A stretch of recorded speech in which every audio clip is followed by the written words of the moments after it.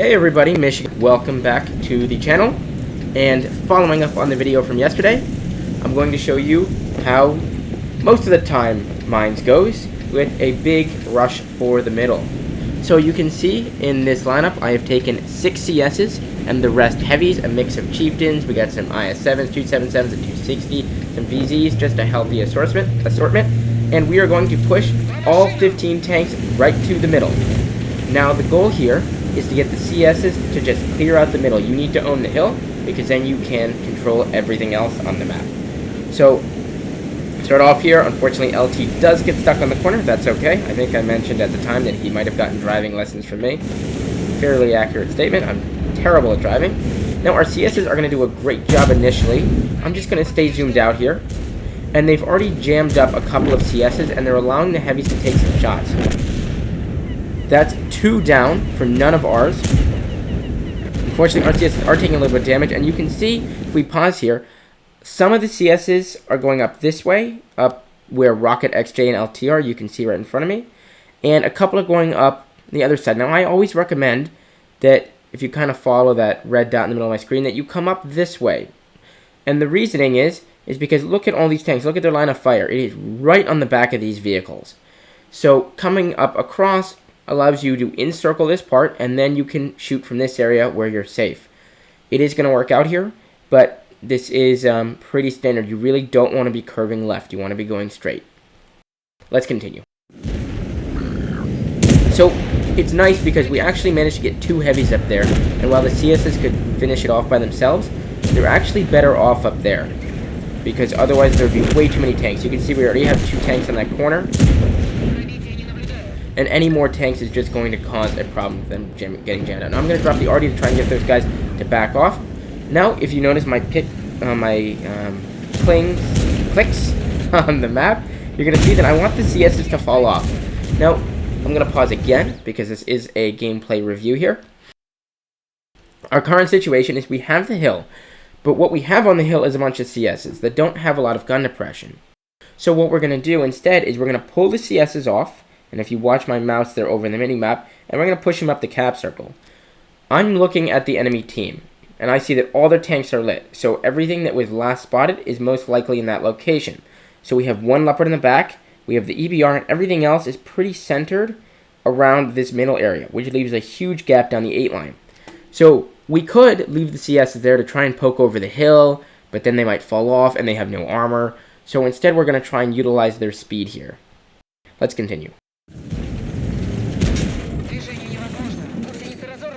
The middle is pretty jammed up. Now, it's crucial that we don't lose too much health, as I take a hit there.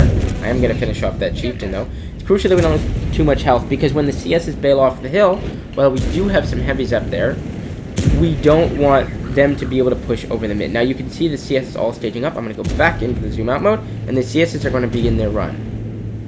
If we look again, a little bit of mistake there by the CSs. Let's take a look at the hit points here. We've got a CS on 360 front. We've got a CS with half health, and then 2 pretty much on full health. A lot of people know this, but we should, when we're going to push, you should be orienting yourselves based on your hit points. Most hit points in the front, least hit points in the back. Let's say the Leopard moved over to the corner here, if you look on my mini-map. Right there by the cap circle at about Juliet 7. The first tank he's going to see is going to be that CS63. That CS63 has 360 health. The Leopard hits for 390. So he's going to kill a tank immediately. Let's say we put Dominator 60 in front. Or even better, Raging Idiot with 1700 health. He's going to take 1 shot and he's going to be fine. So, full health tanks always go first, if you have a choice. Go back into my view. Enemy team is closing the gap a little bit. They're only down 2700 health. However, what they don't have is map positioning or guns. So I'm going to start working here against this 279. As we do that, I'm just going to stay zoomed out so we can kind of keep perspective there. Look at where all those CSs are. They're all pushing into the cap. And those IS-7s really can't go back. They can, but what they then do is expose the middle. So we force the enemy's hand. They're going to get capped out if they don't go back to reset. So they have no choice but to attempt to reset. However, in doing so, they've completely weakened the middle. And that's going to allow the heavies who are still over here to completely blow through them. Let's go back to my view. Now I'm going to have a lag spike here. And that was really messy. I'm not exactly sure why that didn't hit or pen. But you can see the CS are getting hit by this Leopard. So they've bailed off the cap. But it's okay, because they've spread the enemies out completely. And we are now up by 8,500 health and 5 vehicles. Bad shot there by me. But that's alright, the game is pretty much over. So we're going to speed this up a little bit at the end, as Morris finishes off the 279 and Nano 7 finishes off the IS-7. And unfortunately, this Leopard is going to see me coming, and before I can get a shot off, he kills me. I'm going to finish this game with about just over 3,300 damage, only one shot blocked, no assist, no stun obviously, but a very solid win. The main focus here is, if we recap, is we pushed 15 tanks up the mid.